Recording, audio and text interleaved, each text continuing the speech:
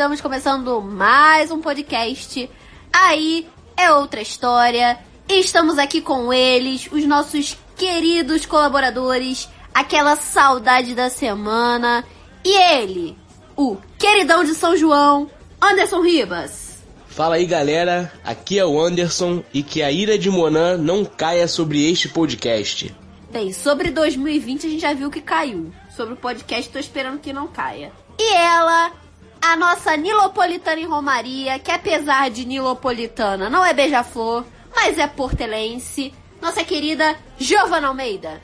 Pois é, gente, juro que nem posso me lembrar. Se eu for falar da Portela, hoje eu não vou terminar. E ele, o cacheado do Cosmorama, Felipe Rabelo. Se a Guanabara é resistência, o índio é arco, é flecha, é essência. E o nosso querido editor, dono desse podcast, Pedro Costa. E aí, gente, aqui é o Pedro. Irim Magé já pode ser feliz, transforma a dor na alegria de poder mudar o mundo. Maíra Moanã tem a chave do futuro para nossa tribo lutar e cantar. E quem vos fala? Mariana de Medeiros. Hoje o meu Guajupiá é Madureira, né, galera? Como vocês podem perceber, hoje nós vamos falar do enredo da nossa queridíssima Portela, que fala sobre o Guajupiá, a terra sem males. E nós vamos relacionar esse enredo com a história do Rio de Janeiro, a história do Brasil e falar também dos povos indígenas. Então, se você quer saber tudo isso, vem com a gente, porque aí é outra história.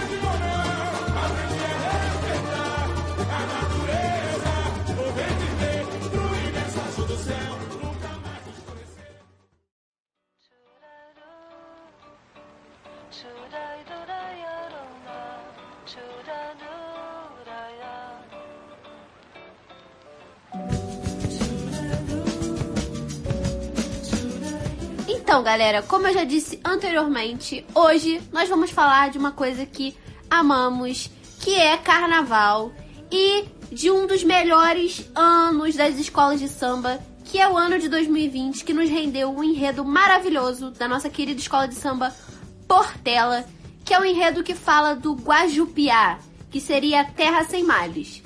E hoje, o Aí Outra História vai relacionar esse enredo com a história do Brasil, especificamente com a história do Rio de Janeiro. Então, bora entender o que essas duas coisas têm a ver. Então, Giovana, como uma boa portelense, apesar de nilopolitana, uma boa portelense, nos diga, de onde vem essa querida escola de samba?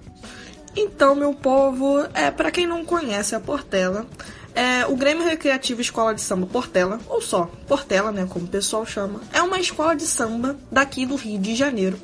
Ela fica localizada no bairro de Oswaldo Cruz, na zona norte do Rio, pertinho de Madureira. Tanto que ela tem, todo mundo fala muito de Madureira, Portela e tal, então Madureira, Oswaldo Cruz, fica ali a Portela.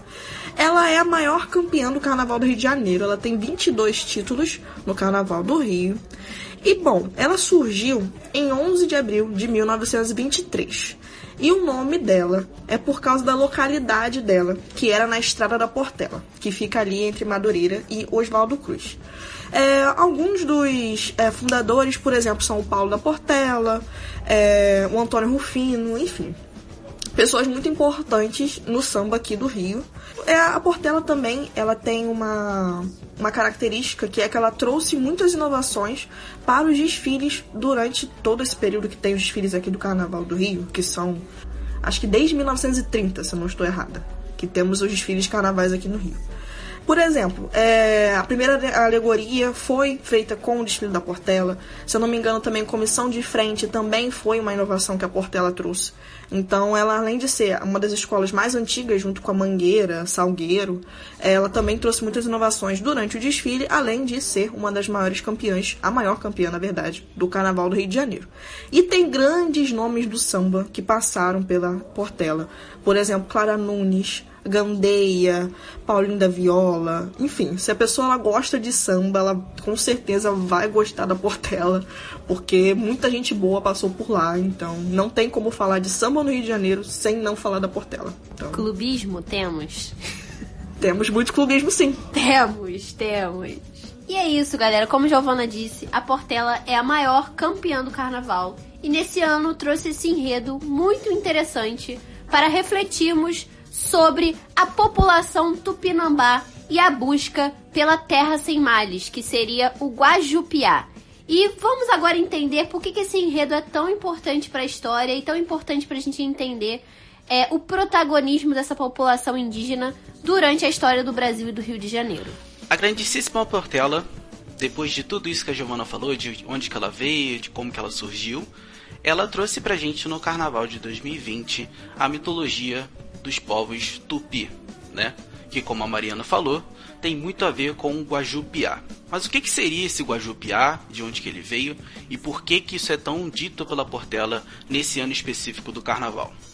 Na mitologia dos povos Tupi, o Guajupiá ele seria exatamente como um paraíso inalcançável. Seria um paraíso que seria somente reservado para os grandes guerreiros dessas tribos, para os grandes guerreiros que se destacavam entre as guerras. Até porque a gente não tem muita essa noção, mas os povos tupis e os povos indígenas aqui brasileiros, eles eram povos guerreiros. Eles eram povos que estavam constantemente em guerra, e isso fazia parte da cultura daquele povo. É algo, inclusive, que a Portela retrata um pouco no seu desfile, quando ela mostra um ato de canibalismo entre os povos que aconteciam naquela época. Entretanto, como a nossa Fátima Bernardes, grandíssima, disse no desfile, aqueles povos ali, eles não cometiam os atos de canibalismo porque eles tinham fome, né? Porque eles queriam comer os outros uns aos outros, simplesmente. Não, eles consumiam principalmente o corpo de grandes guerreiros para poder adquirir toda aquela experiência, toda aquela força, todo aquele intelecto que aqueles grandes guerreiros tinham. Então, todo esse Guajupiá seria exatamente um lugar onde esses grandes guerreiros iriam descansar, iriam alcançar. É dito, inclusive, como uma terra sem males, né? É representada como um lugar idílico, né? Recoberto de flores, cortado por rios, repleto de vida, e uma vegetação muito exuberante e muita vida, tudo naquilo ali, né? Então, de acordo com que alguns povos tupis foram se espalhando pela região sudeste e principalmente pelo Rio de Janeiro, assim que entraram em contato com as proximidades da Baía de Guanabara, eles acabaram achando que a Baía de Guanabara, por ser um lugar tão rico de vida, tão rico de belezas naturais, poderia ser o tão famoso Guajupiá que eles tanto imaginavam para seus povos guerreiros. Então aí a gente começa a ter uma história de aproximação entre as belezas naturais do Rio de Janeiro e a cultura e a mitologia daquele povo indígena. Para deixar bem claro aí algumas coisas que o Pedro está falando, quando ele fala sobre o canibalismo, é importante a gente ressaltar também que não só o canibalismo, como qualquer outra coisa que ele esteja falando aqui, ele está falando dos índios tupinambás. É importante a gente ressaltar o tempo todo, quando a gente fala de povos indígenas, que os povos indígenas eles se diferem, eles não são a mesma coisa. Eles não têm as mesmas características ao longo de todo o território do Brasil.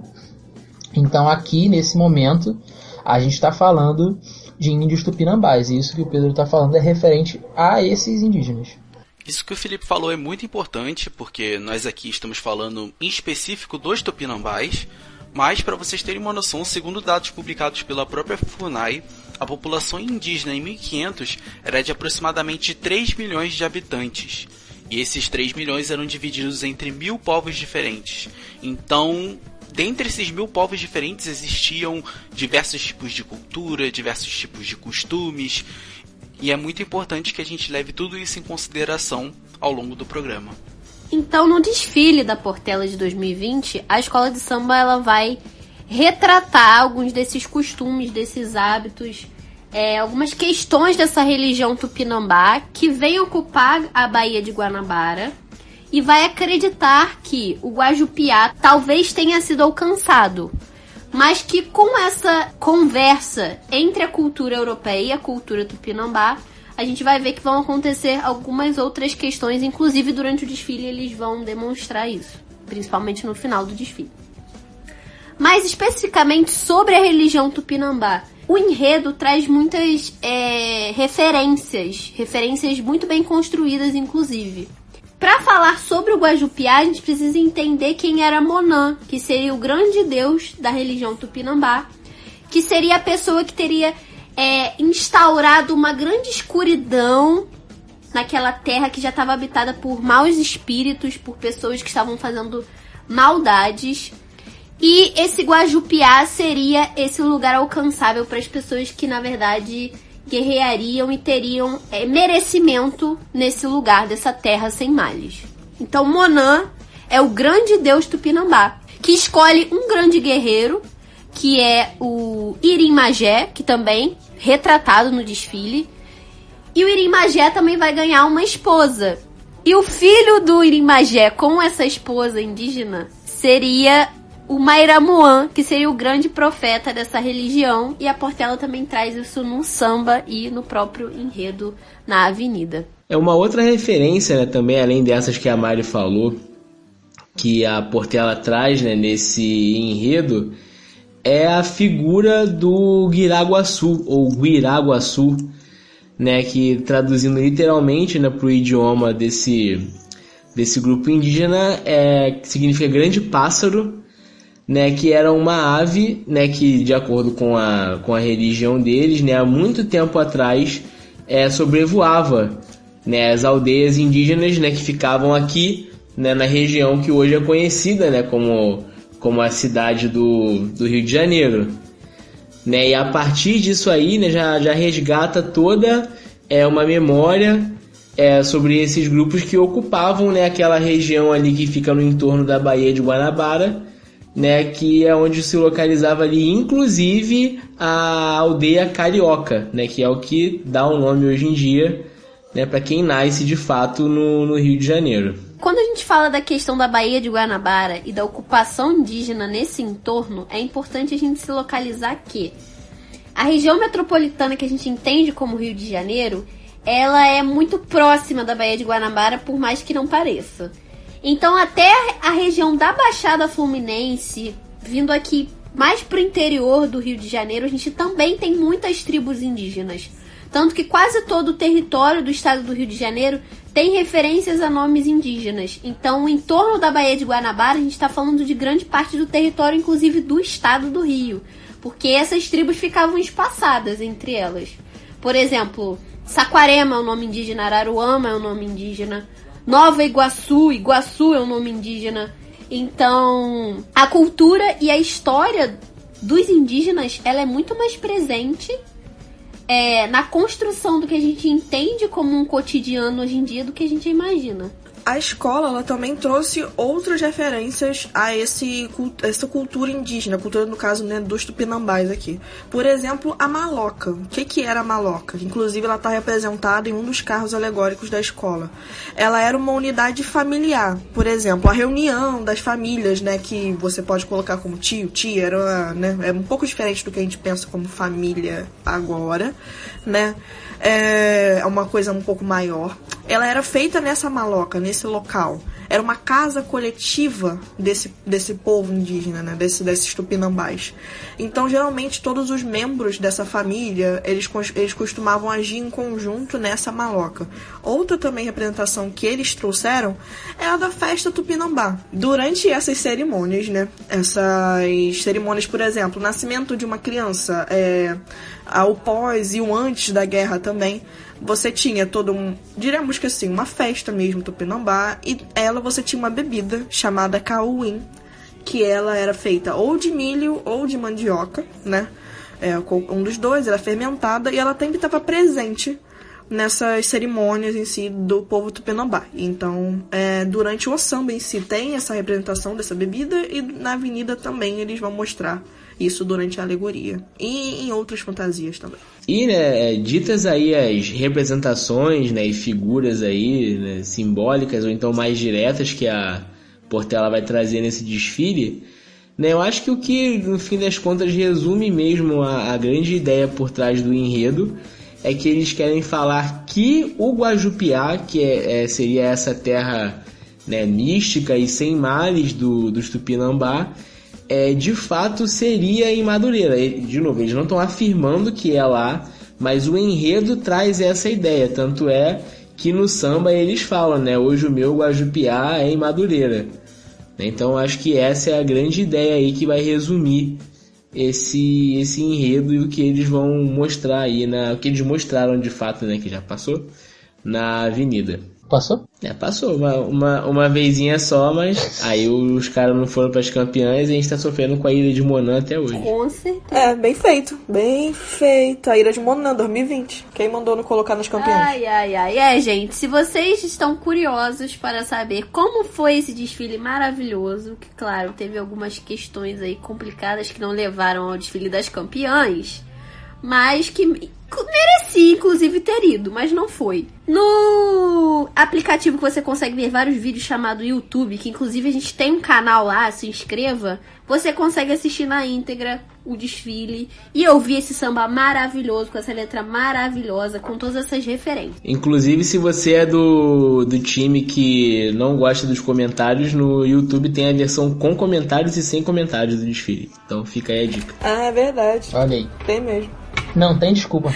Inclusive, mandar um beijo pro meu amigo Luiz Gustavo, que me apresentou um canal no YouTube que japoneses gravam todo o desfile em 4K. Pode crer, Entendeu? Em 4K, dando zoom em tudo. Fazem o quê? Gravam um desfile em 4K. E, tipo assim, você consegue ver todos os detalhes da alegoria, entendeu? Tem esse canal aí também. Tem, é pior que tem mesmo.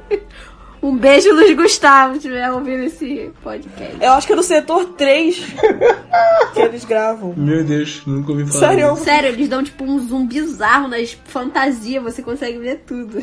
Tá aí outra história, mas vocês falaram aí, pô, gostei, maneiro o tema. Mas o que despertou vocês para as questões históricas durante esse enredo?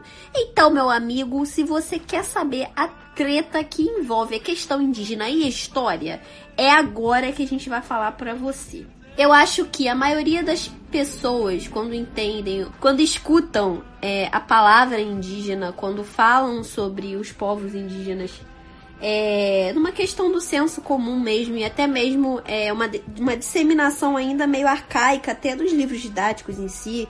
A gente está tendo agora uma renovação dessa interpretação, tá chegando agora novas interpretações da historiografia para as escolas, de uma questão que também a história da escravização africana sofre, mas que a população indígena também sofre, que é uma questão de subalternização deste povo, ou seja, de ter se submetido a essa colonização.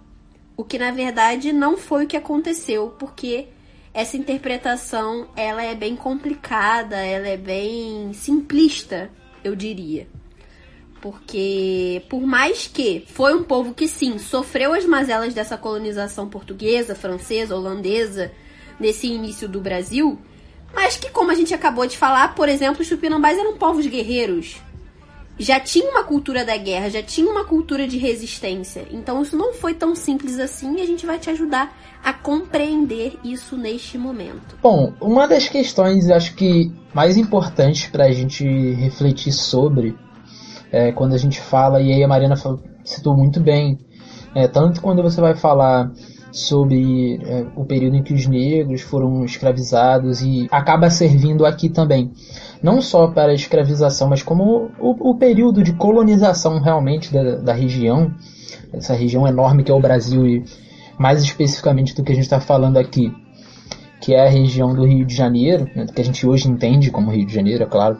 É muito importante a gente entender, primeiro, voltando, uma coisa que a gente já falou aqui. Povos indígenas têm posições, características, divergências, porque eles são diferentes. A gente não tem como retratar indígenas como apenas um povo. E por que isso é importante? A gente pensar o apagamento de uma cultura inteira é muito complexo. A gente sabe que existiu uma dominação, de certa forma, cultural por conta da colonização. A gente sabe, né, que algo se colocou acima, uma cultura se colocou sobre a outra impositivamente. A língua se colocou impositivamente, né, você assume o português como uma língua oficial. Mas ao mesmo tempo em que você consegue perceber toda essa imposição cultural e linguística, ao mesmo tempo você identifica que essa imposição ela é furada o tempo todo. toda essa imposição cultural, toda essa imposição linguística, ela foi incapaz de fazer com que tanto a cultura indígena, quanto a religião indígena, quanto as diversas línguas que tinham aqui no Brasil, né, nos povos indígenas, elas desaparecessem. Tanto é que a gente já falou aqui, a gente já citou, quando a gente fala de lugares na Baixada Fluminense ou de outros lugares no Rio de Janeiro, como esses lugares são retratados até hoje por nomes que vêm de línguas dos povos indígenas.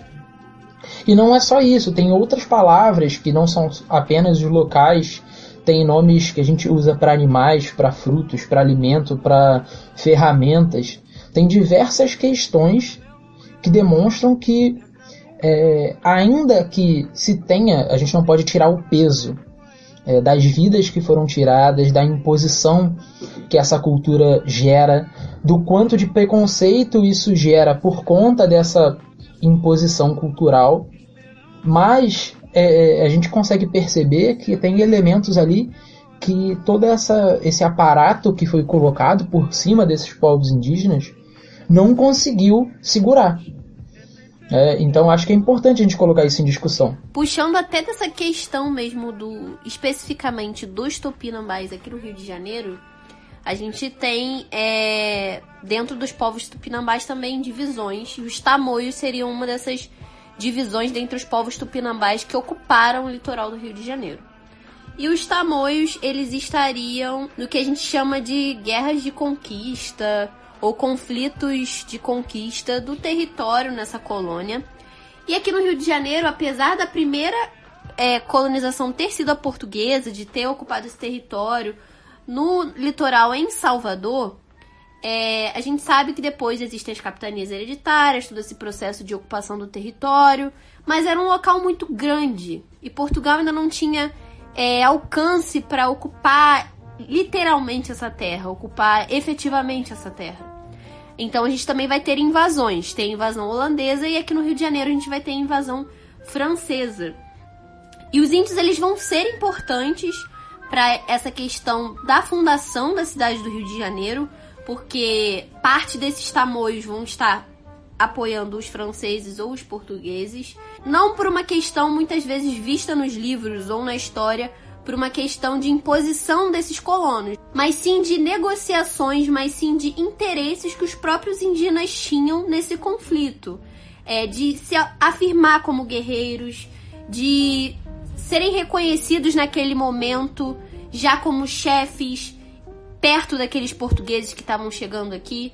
Então, engana-se quem fala que acha que esses indígenas foram, entre aspas, obrigados a estarem ali.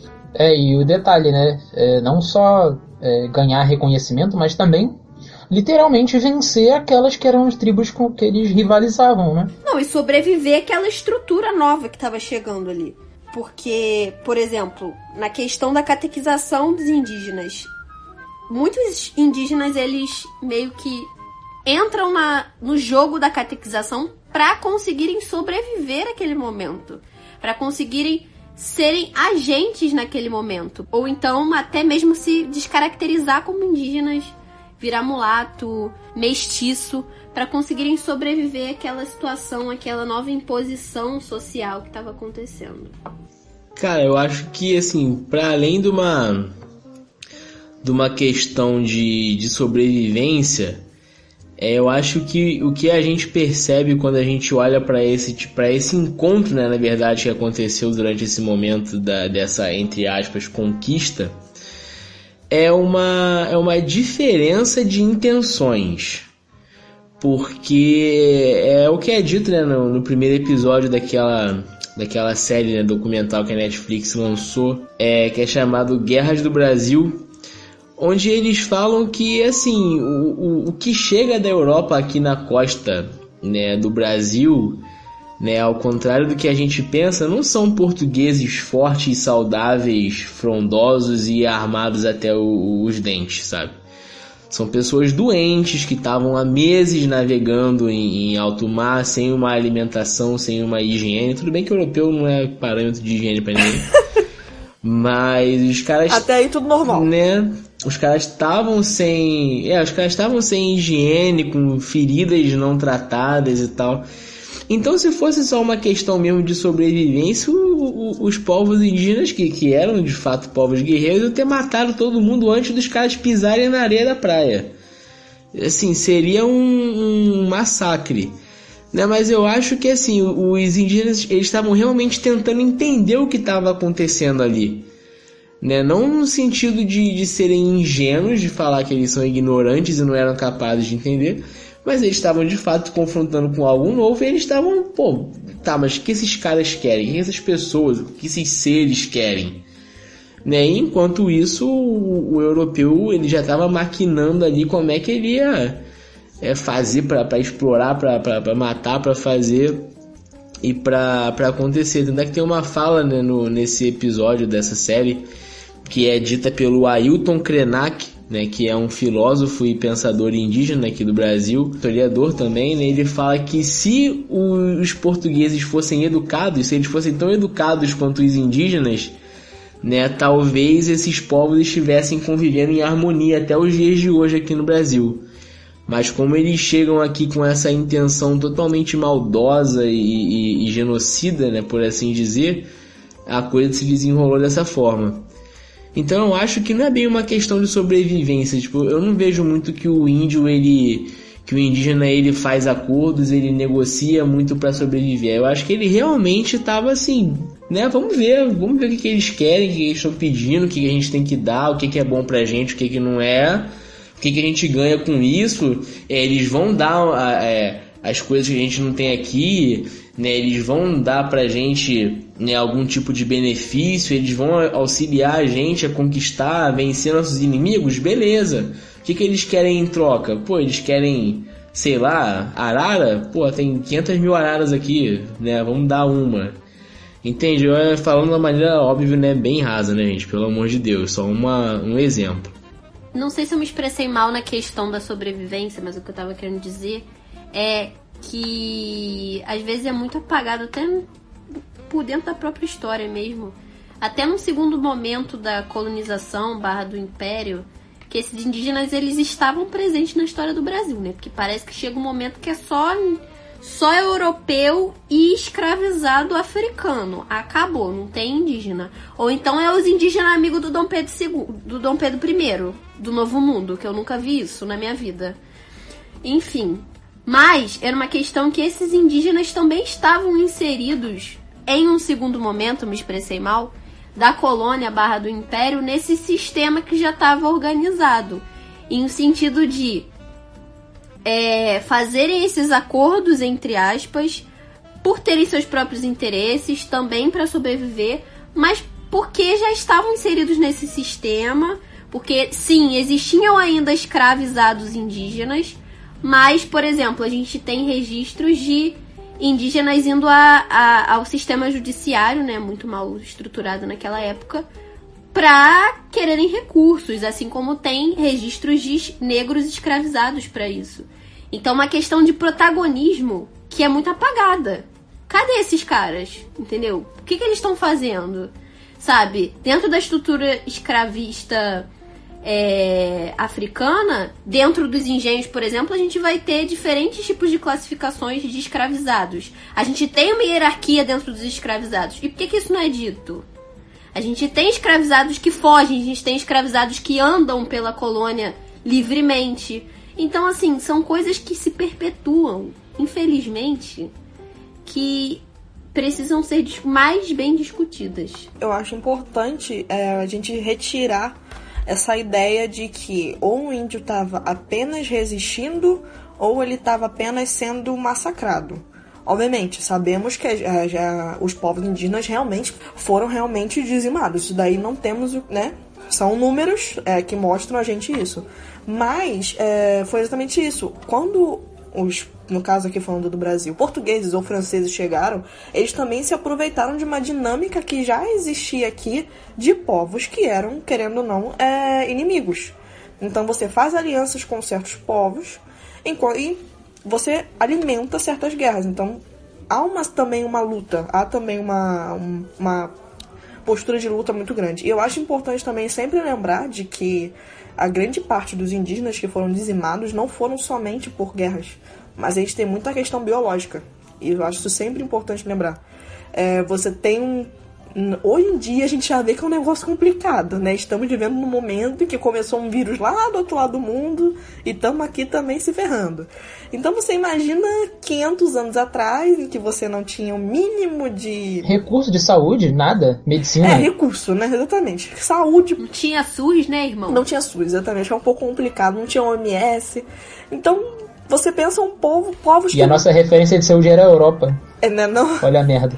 Então, pensa se vocês, povos que nunca se encontraram, ou seja, povos que têm constituições biológicas em questão de vírus, bactérias, enfim, coisas assim, doenças diferentes, que se encontram em determinado ponto e, bom, né, grande parte dos indígenas foram dizimados por doenças. Inclusive, é um ponto muito interessante de a gente tocar. Por quê? Porque hoje em dia, grande parte de aldeias e povos indígenas também estão sendo atacados pela Covid. E são povos que deveriam estar sendo protegidos, ao invés de estarem sendo colocados nesse contexto que a gente tá. Então, é sempre bom... Porque o governo federal não tá fazendo nada. Nem pelos que não estão nem pelos que não são indígenas, nem pelo que é indígena. Mas, assim, os povos indígenas sofrem mais porque tem menos recurso, entendeu? E é um absurdo o governo federal. E são povos que, querendo ou não, alguns deles não estão inseridos, tipo assim, no nosso contexto social. O que é totalmente, eu diria assim, direito deles, tá? Eu também acho muito certo. E como eles não estão inseridos no nosso contexto social, muitos não têm contato com a gente. Então, eles não têm defesas biológicas. Que a gente tá falando isso, são defesas biológicas. Então, a gente pensa, nossa, que absurdo, chegaram e morreu todo mundo de doença em 1500. Meu amor, hoje em dia isso também acontece. O governo ele não tem o mínimo de cuidado com esses povos que deveriam estar sendo preservados, já que eles não têm essa defesa biológica. Eu tô falando de defesa biológica, né? Porque se a gente for falar aqui de outras situações também... Creio que a gente pode até retornar num ponto interessante que o Anderson levantou, né? E é importante a gente ressaltar mais uma vez aqui, parar de lembrar de povos indígenas apenas naquilo que a gente chama de contato entre colonizadores e os povos nativos, porque é quando a gente fala a primeira vez de povos indígenas, é a partir daí. A partir do momento que a gente faz a transição, né, isso pensando aquilo que é o contexto de sala de aula, né, quando a gente está olhando para o conteúdo programático dentro das aulas. Quando você faz a transição daquilo que a gente entende por uma maioria de mão de obra escravizada indígena para uma maioria de mão de obra escravizada negra, eu digo maioria porque não deixou de ter mão de obra escravizada indígena, quando a gente faz essa transição, ainda que a gente afirme que ainda existem indígenas sendo escravizados naquele momento, é a partir daí que a gente para de citar os indígenas dentro da sala de aula. E aí, você para de citar eles aí e você só volta a citar... Na verdade, o professor de história raramente, mas o professor de geografia vai citar quando estiver falando de formação étnica do Brasil, e aí ele vai falar de contemporaneidade. Em história mesmo, a gente não volta a falar mais. Como a gente já citou aqui, são, se eu não me engano, 225 povos indígenas diferentes, ainda no Brasil, que são ignorados por 80% da história do Brasil, quando a gente está falando, né, dessa historiografia. Então é importante a gente ressaltar isso e voltar a falar sobre isso.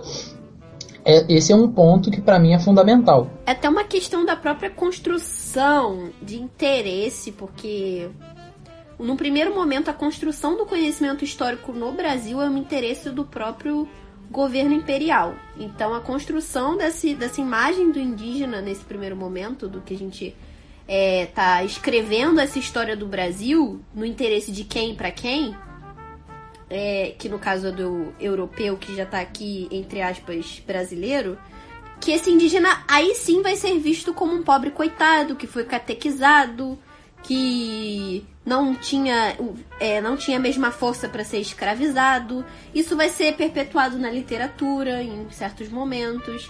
Então essa construção, essa ideia, é tão difícil da gente ainda tirar isso da própria historiografia, porque por ter tido esse apagamento nesse primeiro momento dessa escrita, eu acho que isso também influencia nessa questão que o Felipe falou.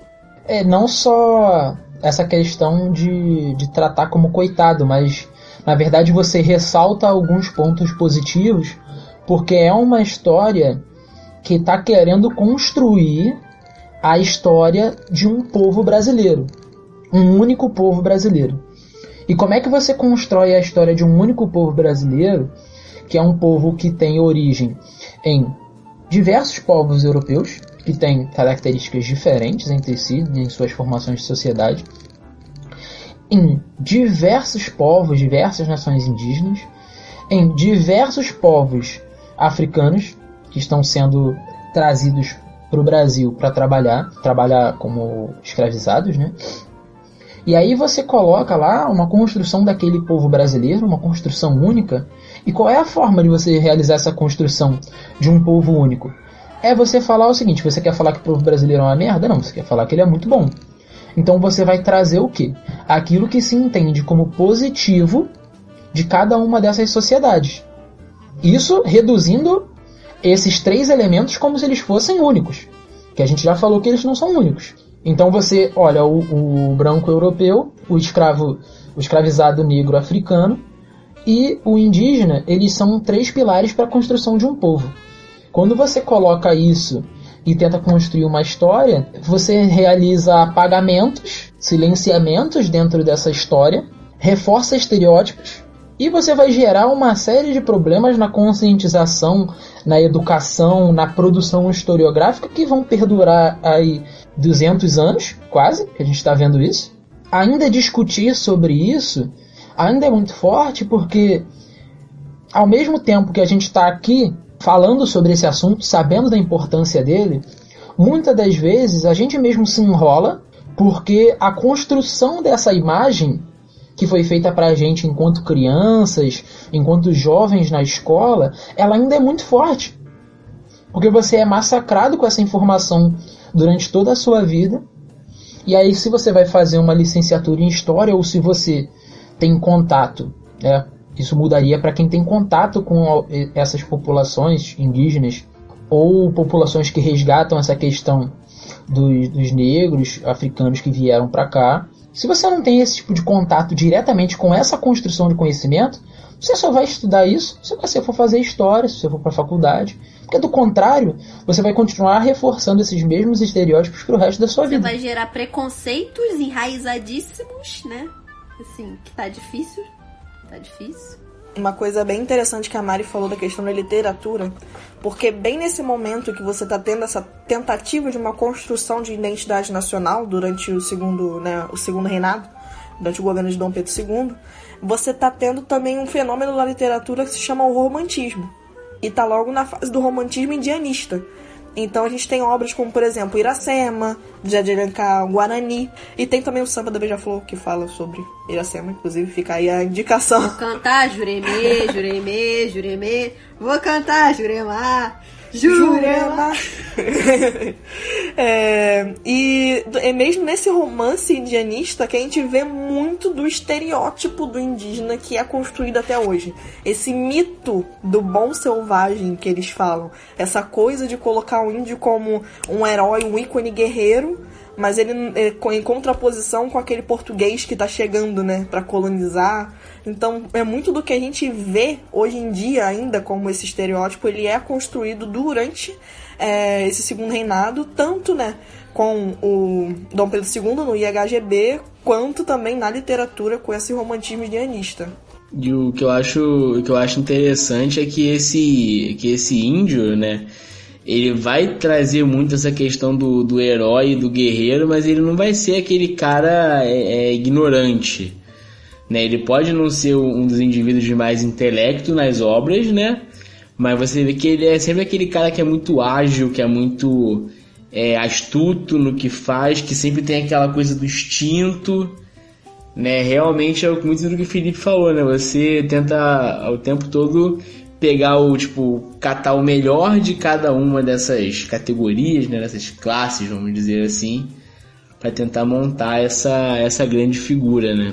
Um grande exemplo de luta e resistência indígena que nós temos na história do nosso país é a Confederação dos Tamoios. Essa revolta ela foi liderada pela nação indígena Tupinambá entre os anos de 1554 e 1567. Esse povo indígena ele ocupava basicamente boa parte do litoral do Brasil, principalmente entre Bertioga e Cabo Frio, e também alguns outros lugares situados ao longo do Vale do Paraíba. Essa revolta aconteceu contra principalmente os colonizadores portugueses. É importante também a gente entender que, assim como você tem uma determinada quantidade de povos indígenas com a Confederação dos Tamoios, você também tem outros povos indígenas que se associaram aos portugueses. Acho que isso é importante também da gente entender. Lembra que a gente estava falando daquela questão dos povos indígenas eles associarem com aquilo que os interessa, né, e que eles são diferentes. Então não dá pra gente colocar os indígenas de um lado ou de outro. Depende, você está falando de qual povo indígena, de qual região, né? Então isso é uma coisa legal. O Pedro, completando aí o que o Pedro estava falando. Bom, uma das práticas indígenas que existiam naquela época era uma em que consistia em que quando um homem se casava com uma mulher de determinado povo indígena, ele se tornava parte deste povo indígena.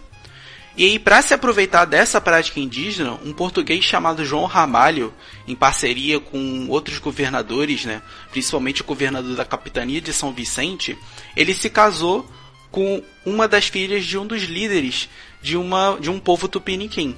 E através dessa parceria, o João Ramalho ele tentou agregar vários aliados para poder combater a aldeia dos tupinambás, para tentar utilizar esses índios de mão de obra escrava, né? Infelizmente, o João Ramalho ele acabou tendo sucesso em toda essa artimanha que ele inventou e acabou capturando o chefe da tribo e mantiveram em cativeiro um outro governador que estava aliado a esse outro povo indígena. Então, como o Felipe falou, através dessa história, a gente consegue saber vários tipos de alianças que aconteciam, não só entre esses povos tupinambás, mas entre os outros povos que também queriam acabar com eles e por assim por diante, né? O povo indígena é sempre um povo guerreiro, ele não é um povo só de paz. Então, só para salientando um pouco aí do que o Pedro falou, que é um ponto muito importante, é essa questão desses conflitos, né, em busca de mão de obra escrava, né, que, como ele falou ali, né, foi uma das principais motivações dessa treta toda aí. Que essa escravidão indígena, né, ela era justificada nessa época pelo conceito da guerra justa, né, que era quando os europeus, né, católicos na época, eles alegavam que seria justo, né, que aqueles indígenas fossem escravizados, porque eles estavam se opondo ao avanço, né, da palavra de Deus, né, o avanço da construção dessa grande empreitada, né, dessa quase cruzada que eles estavam querendo implementar aqui, dentre outras coisas, né.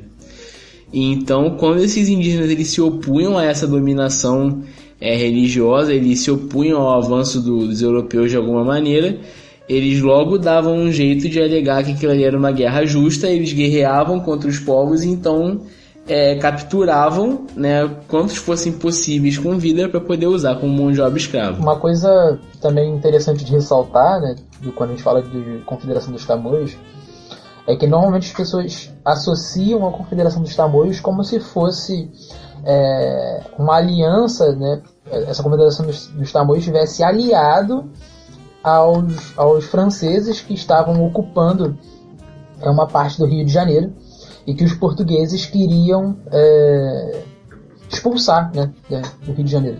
Mas existem certas divergências quando a gente pensa se na verdade não foi o contrário, se não foi na verdade os franceses que eles se apoiaram também nesse movimento que a Confederação dos Tamoios estava contra aqueles colonizadores portugueses. Uma outra coisa interessante da gente colocar quando a gente pensa isso também é que, ainda que acabando derrotada, a gente vê aí mais uma vez um exemplo de protagonismo histórico de determinados povos indígenas, não só pelo lado da Confederação dos Tamoios, mas também por aqueles povos que estavam aliados aos portugueses. Isso reforça tudo aquilo que a gente vem falando. E a título aí de curiosidade e também de trazer um pouco para aquilo que a gente gosta de falar, para quem não conhece, não lembra talvez dessa parte que se estuda, né, da questão da França Antártica, né?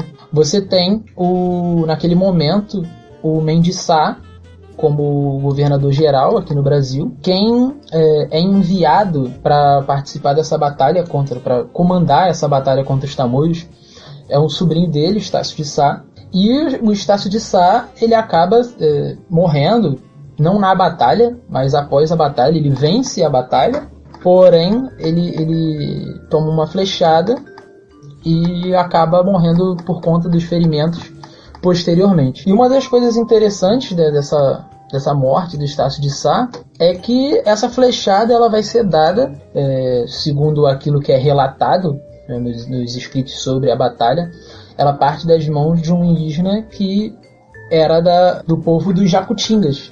E aí, para quem conhece aqui a Baixada Fluminense, já ouviu com certeza esse nome. Jacutinga hoje é conhecido por um bairro que tem aqui em Nova Iguaçu, faz ali fronteira com Belford Roxo. E os Jacutingas, na verdade, era a denominação de um desses povos que fazia parte da Confederação dos Tamoios, e eles vão posteriormente ser alvo de uma vingança do Mendes Sá, né? Tanto é que é um povo que ele acaba sendo extinto, né? Já que eles vão ser basicamente mortos até os seus últimos integrantes. É justamente muito próximo àquela região onde hoje é o bairro da Jacutinga que acontece a morte do último, né, dos últimos Jacutingas. Era ali que eles se encontravam naquele momento. Aí alguns podem pensar assim: então os Jacutingas eles ficavam naquela região? Não necessariamente, né? Primeiro, ficavam muito espalhados, não eram um povo único, né? Eles ficavam em vários locais. E segundo, eles se movimentavam frequentemente, eles não ficavam sempre na mesma região.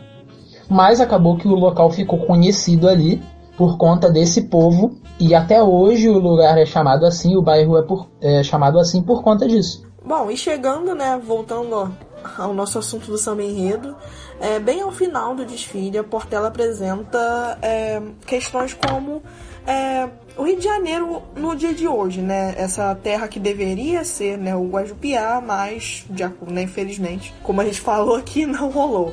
Então, por exemplo, fala, por exemplo, da selva de pedra, né? Ela também fala também de questões que tem até uma fantasia que é bem interessante, que ela é sobre a praga e ela é toda de balas perdidas, né? Fazendo alusões a balas perdidas.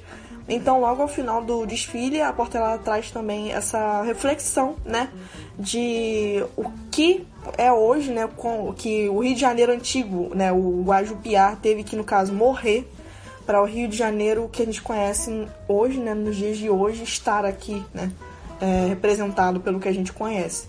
Bom, a partir, né, dessa reflexão sobre o destino, né, dessa terra indígena, dessa terra que seria sem males, né, a gente pode falar de várias questões que estão hoje falando muito sobre os povos originários, como, por exemplo, a demarcação desses territórios, o que a gente citou aqui também, essa questão deles sofrendo também com a Covid. Enfim, são reflexões que a gente consegue ver isso muito na atualidade. E então, né, gente, e aí depois a gente discutir, né, tudo isso, a gente falou sobre várias questões importantes aqui, sobre, enfim, né, encontros, esse suposto combate aí, essa suposta guerra pela conquista, situações onde os portugueses saíram por cima, onde os indígenas saíram por cima, falamos sobre memória, história e apagamento. Mas então, como encontra essa situação hoje em dia? Já adianto para vocês que o quadro não é dos melhores, né? E aí aqui mais uma vez, né, citando, né, o primeiro episódio dessa série documental produzida pelaquela grande plataforma de streaming, que é o Guerras do Brasil. esse episódio traz alguns dados que eu vou trazer aqui, né, caso vocês não tenham ainda oportunidade de ter assistido, né, esse documentário. Bom, galera, esses dados que nós vamos escutar são dados que chocam, são dados que machucam por dentro, mas são dados importantes, são dados que não devem ser esquecidos, são dados que servem principalmente para que nós possamos não repetir os erros que aconteceram no passado e que possamos pensar melhor sobre as nossas políticas no futuro. Então vamos lá, em 1910, né, nós temos a criação do SPI, que é o Serviço de Proteção ao Indígena, que foi feito, né, que foi fundado aí pelo Marechal Rondon. E em 1960, né, temos aí a primeira grande ação, né, do SPI, né, quando em 1960 foi descoberto, né, que alguns membros, né, do SPI, aliados aí a um grupo de fazendeiros, presentearam, né, vários indígenas, né, com alguns alimentos, né, que estavam aí infectados com o arsênico, que é um produto químico, né, um veneno letal. E nessa brincadeira, 3.500 indígenas foram assassinados, né, foram envenenados.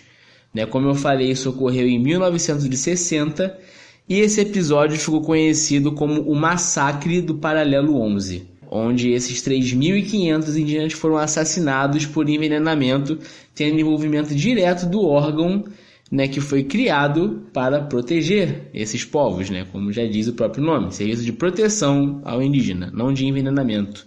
Então acho que alguém entendeu alguma coisa aí muito errado no meio do caminho.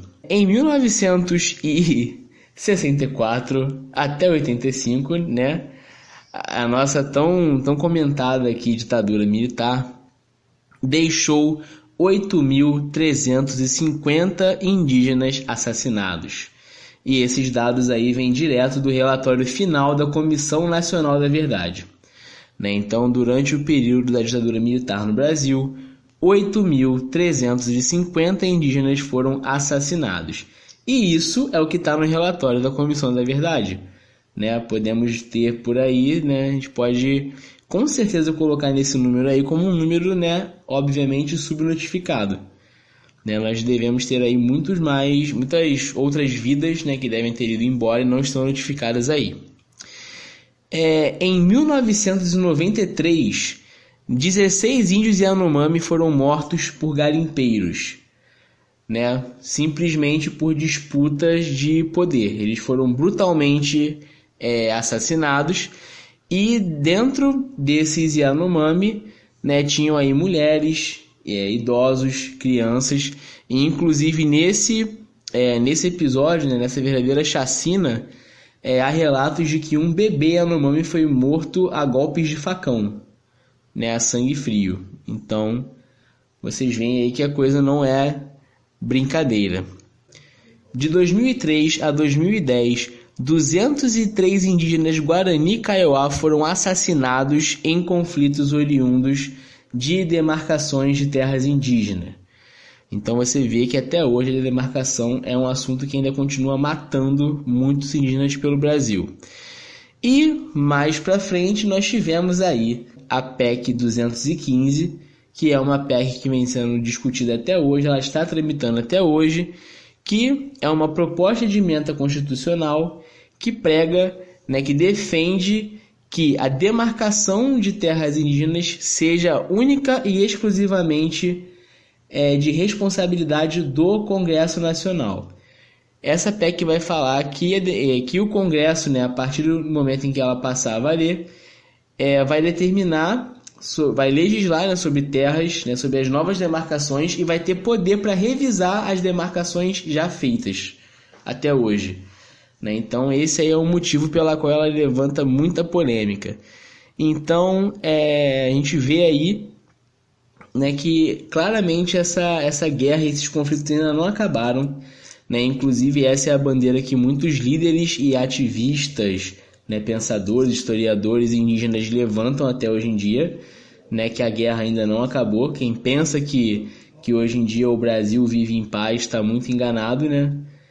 E é basicamente isso, né? São alguns dados aí para que a gente tenha noção de que o problema ainda assola nossa sociedade de maneira profunda.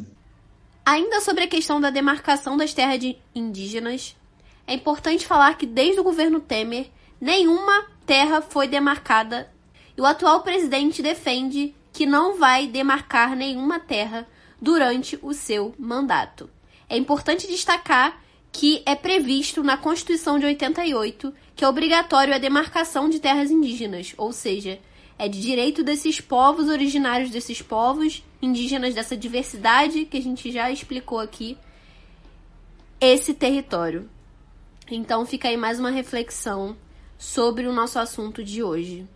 Nossa aldeia sem partido ou facção não tem bispo nem se curva a capitão. É isso, galera. Muito obrigada. Mais um programa de hoje, porque aí é outra história.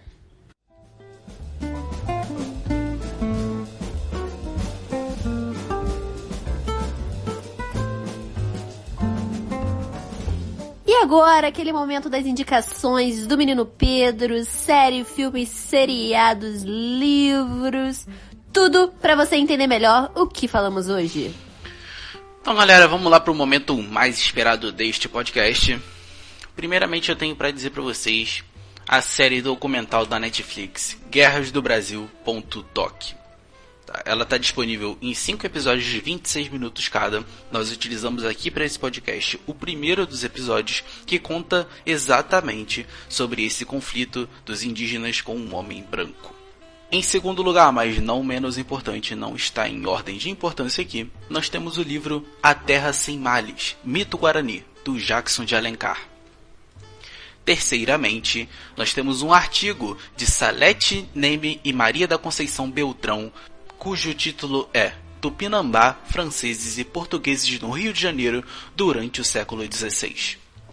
E agora, antes de falar diretamente sobre o enredo da escola de samba que a gente pegou, que foi o da Portela de 2020, nós temos o livro O Rio Antes do Rio, de Rafael Freitas da Silva. É um livro muito importante para você entender esse contexto, porque foi a partir desse livro que foi tirada a inspiração para o desfile da Portela.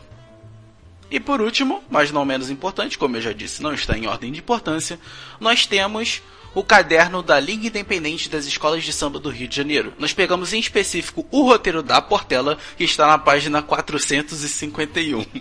Lá nesse roteiro é exatamente destrinchado tudo que a gente falou aqui para vocês sobre o desfile da Portela, com muito mais exatidão, com muito mais documentação, porque eles inclusive dizem todos os livros que foram usados para que o desfile fosse incorporado. Então é isso, obrigado quem acompanhou até aqui. Fiquem agora com a voz da nossa queridíssima host. Então é isso, galera. Encerramos hoje mais um programa Aí é Outra História.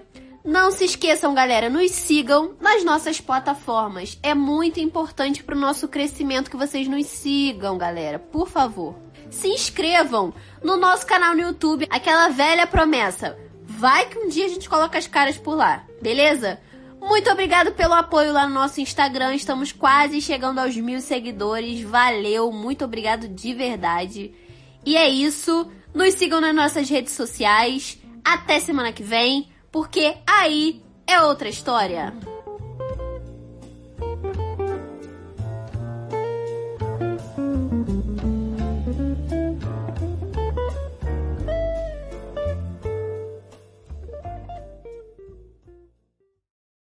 Ai, ai. É pra botar essa parte ou não, gente? Acho que não. Creio que sim. Melhor. Não falei nada demais. Creio que é melhor cortar. É. Eu duvido que ele vai. Rapaz. 2 votos a favor e 2 contra, então Rapaz. eu decido. Pai.